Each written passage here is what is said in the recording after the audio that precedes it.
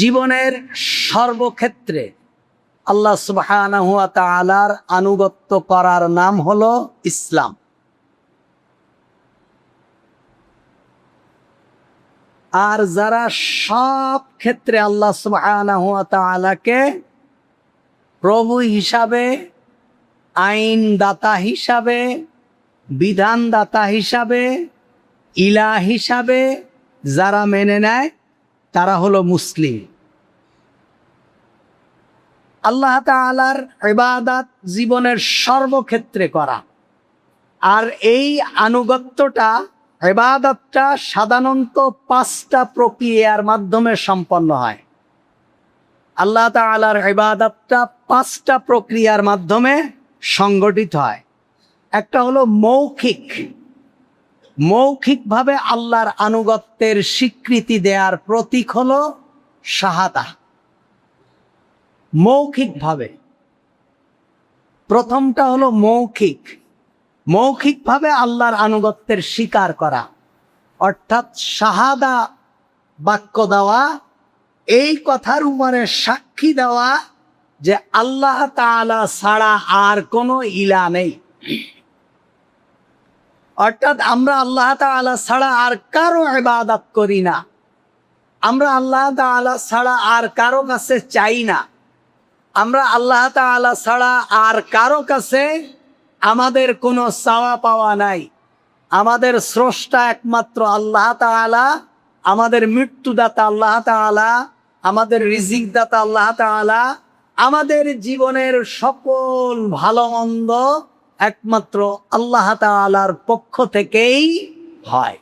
এই শাহাদা, মুখ দিয়ে শাহাদা বাক্য দেওয়া, আশহাদু আল্লা ইলাহা ইল্লাল্লাহু ওয়াহদাহু লা শারীকা লাহু ওয়া আশহাদু আন্না মুহাম্মাদান আবদুহু ওয়া রাসূলুহু।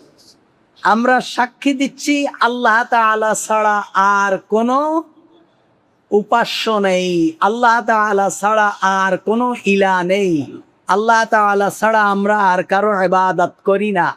তবে সকল হুকুম আল্লাহ তাআলার মানি। ওয়া আন্না মুহাম্মাদান আবদুহু ওয়া রাসূলুহু, মুহাম্মদ সাল্লাল্লাহু আলাইহি সাল্লাম আল্লাহর বান্দা এবং রাসূল। তিনি যে পদ্ধতি আমাদেরকে শিখিয়েছেন সেই পদ্ধতিতেই করি। কালিমার শেষ অংশ মুহাম্মাদুর রাসূলুল্লাহকে নবী হিসাবে স্বীকৃতি দেওয়ার অর্থ হলো আল্লাহ বিধান দিয়েছেন, এটা পালন করার যত নিয়ম নীতিমালা আছে এটা শিখিয়েছেন কে? মুহাম্মাদুর রাসূলুল্লাহ সাল্লাল্লাহু আলাইহি ওয়াসাল্লাম। এজন্যই আমরা বলি ওয়া আন্না মুহাম্মাদান আবদুহু ওয়া রাসূলুহু। এই কালিমার শাহাদা,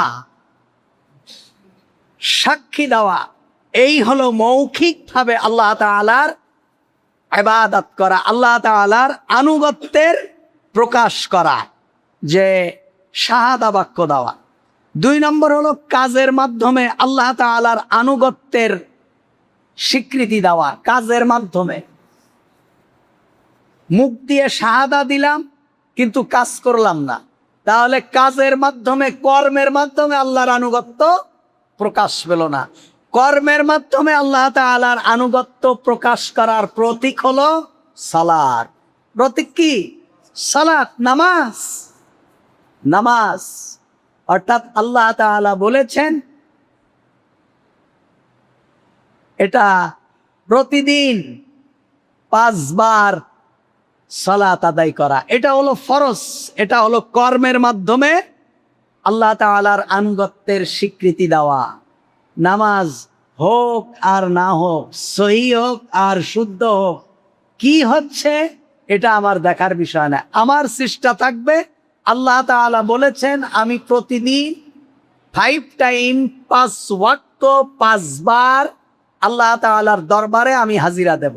আমার কেরাত সহি না হলেও দেব, আমি দোয়া কালাম না জানলেও দেব, আমি কিচ্ছু না জানলেও দেব, কিন্তু আমি দেব আর শিখবো, দেব আর শিখবো। এই 5 বার আনুগত্যের স্বীকৃতি দেওয়া কর্মের মাধ্যমে। তিন নম্বর হলো সম্পদের মাধ্যমে আল্লাহ তাআলার আনুগত্যের স্বীকৃতি দেওয়া। সম্পদ খরচ করার মাধ্যমে, সম্পদ আল্লাহ তাআলা যাদেরকে দিয়েছেন এর আনুগত্যের স্বীকৃতি দিতে হবে। এই আনুগত্যের স্বীকৃতি দেওয়ার প্রতীক হলো যাকাত আদায় করা, সাদাকা, আল্লাহর রাস্তায় সাদাকা দেওয়া, আল্লাহর রাস্তায় যাকাত দেওয়া। এটা হলো কর্মের, যে সম্পদের আনুগত্য। আল্লাহ যে আমাকে সম্পদ দিয়েছেন, আমি এই সম্পদ খরচের মাধ্যমে আল্লাহর আনুগত্য করব।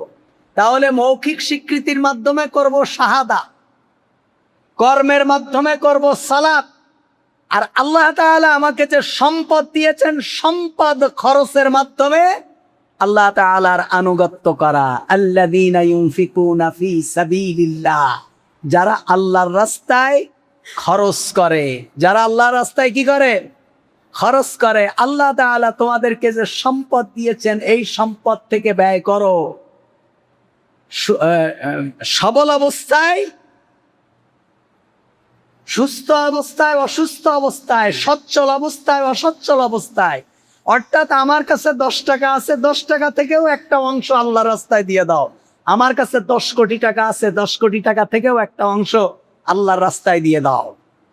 এই সম্পদের মাধ্যমে আল্লাহ তাআলার আনুগত্য করা। আমরা সম্পদের আনুগত্যটা করতে চাই না। সম্পদের মায়া আমাদের সবার আছে, এবং এমন মায়া, সম্পদ আমরা খরচ করতেই চাই না, সম্পদ আমাদের কাছ থেকে নড়তেই চায় না, সম্পদ আমরা খরচ করতেই চাই না। কিন্তু আমরা মারা গেলে সর্বপ্রথম আমাদের থেকে দূরে সরে যাবে আমাদের সম্পদ। সম্পদ যা আল্লাহর ক্রোধকে নিভায়ে দেয়। একটা হাদিস আসছে যে দান আল্লাহর ক্রোধকে সংবরণ করে, নিভায়ে দেয়, আল্লাহর ক্রোধকে নির্বাপিত করে দেয়। সম্পদ জাহান্নামের আগুনকে নিভায়ে দেয়। আল্লাহ রসুল বলছেন, ইত্তাকুন নার ওয়ালাউ বিশিক্কি তামার, একটা খেজুর আল্লাহর রাস্তায় দিয়ে হলেও তুমি জাহান্নামের আগুন থেকে বাঁচো। সুবহানাল্লাহ। এই সম্পদ আমরা খরচ করতে চাই না। এই সম্পদ খরচ করার মাধ্যমে আল্লাহর আনুগত্য প্রকাশ করা। আল্লাহ আমাকে যা দিয়েছেন এর থেকে একটা অংশ আল্লাহর রাস্তায় দিয়ে দেওয়া, আল্লাহর রাস্তায় খরচ করে ফেলা, অসহায় গরিব মানুষদেরকে দেওয়া, বিধবা ইয়াতীম মানুষদেরকে দেওয়া, যারা এর প্রাপ্য তাদেরকে দেওয়া। আল্লাহ তাআলা যে খাতগুলো দিয়েছেন, খাতগুলোর মধ্যে দেওয়া। এটা হলো সম্পদ খরচের মাধ্যমে আল্লাহ তাআলার আনুগত্য প্রকাশ করা।